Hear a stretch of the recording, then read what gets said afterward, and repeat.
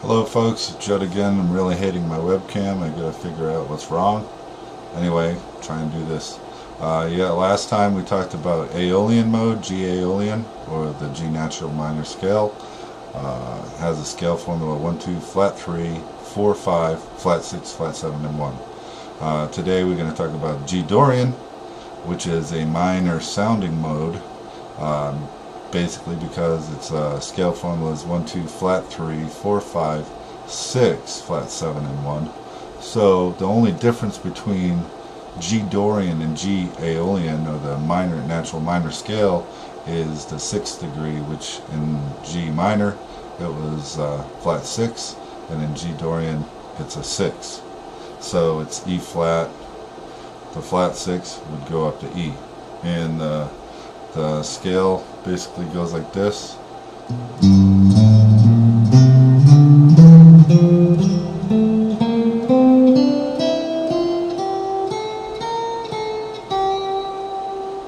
Going down goes.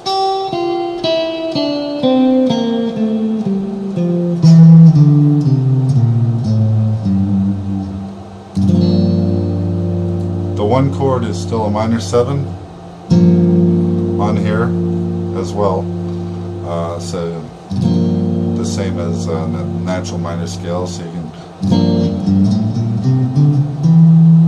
that's the 6 right there.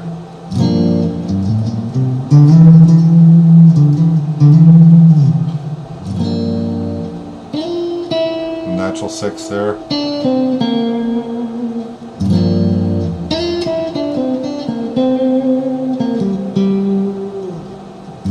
So you can kind of hear the difference there. I'll play the minor, natural minor.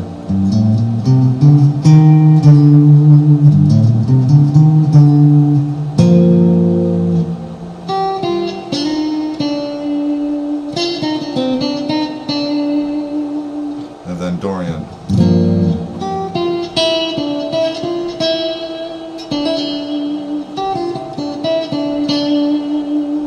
So you can tell that that flat 6 up to a raised 6 changes the tonality somewhat.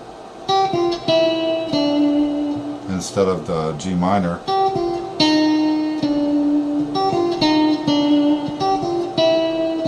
it has a little, I like to call it a hint of brightness in the upper partial tetrachord. And if you don't know what a tetrachord is, basically the upper tetrachord, the lower tetrachord would be basically your 1, 2, 3, 4, 5, 1, 2, 3, and 4, and then your upper tetrachord would be the 5, 6, 7, and 1. So there's a little bit of brightness in the upper tetrachord.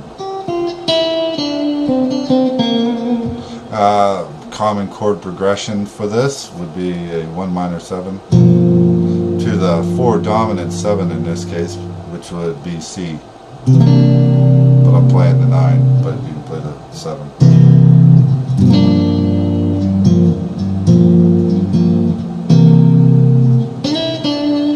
So the 1 to the 4.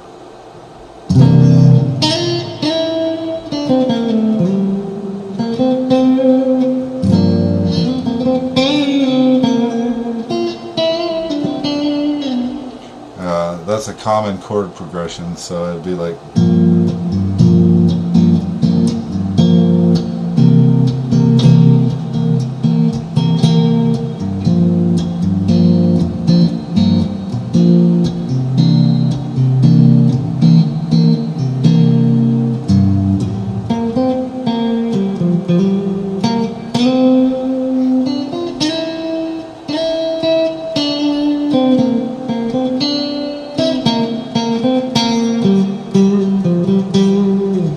Something like that, a little lick.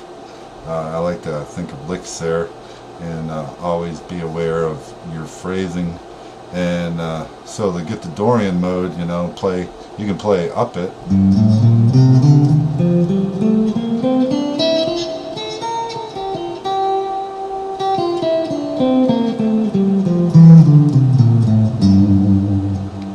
I'm playing, I call it the standard box type scale and not the 3 notes per string, because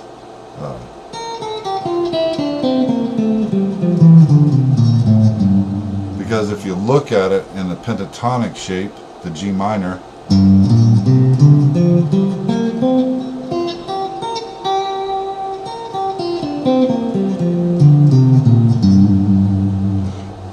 basically fits within that parameter, and so you can kind of say that the minor pentatonic scale is like the skeleton or framework of that minor sound, and you can fill it in with the Dorian notes, which is the 6 and the 9, because the minor pentatonic is 1, flat 3, 4, 5, and flat 7.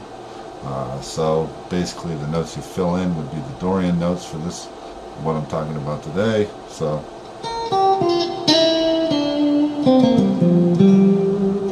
or the 9.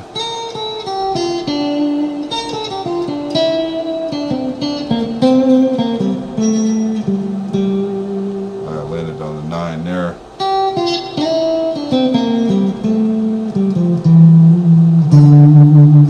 And on the 5th. So anyway, that's a little tidbit there, and I hope you like it. Anyway, now I'll talk a little bit about technique. Pull-offs, hammer-ons. Last time I talked about picking. This time I'll work on the right hand stuff here.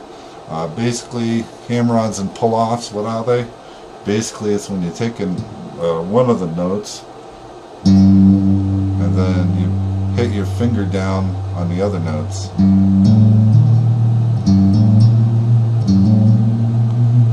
And so I'll hammer on going up the scale to Dorian mode.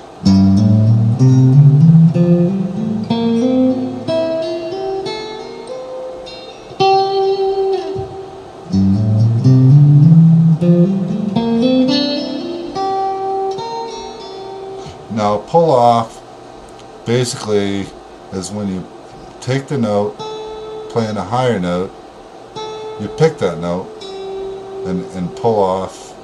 It's hard to see here, but my fingers in a way, but let's see. Basically, you don't even have to pick it, but hammer on, pull down, hammer on, pull down.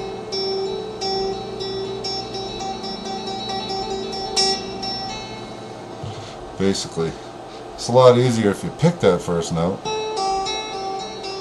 Then you've got to try and match the tone, the sound, the noise level of that. Some practice techniques I like on these is basically you take a metronome, whatever, set it to a comfortable level, and you play, like, say for this, play 8th notes first,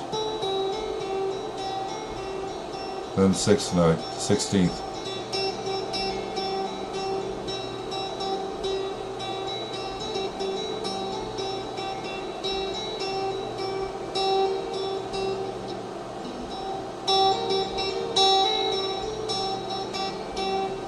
As you can see, some of your fingers are stronger than the others, so work on the stuff that you can't play, not what you can.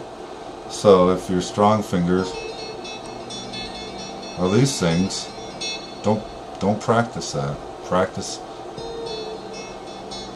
you know, between the 3 and the 2 is a little awkward. But anyway, so what I like to do, like I said,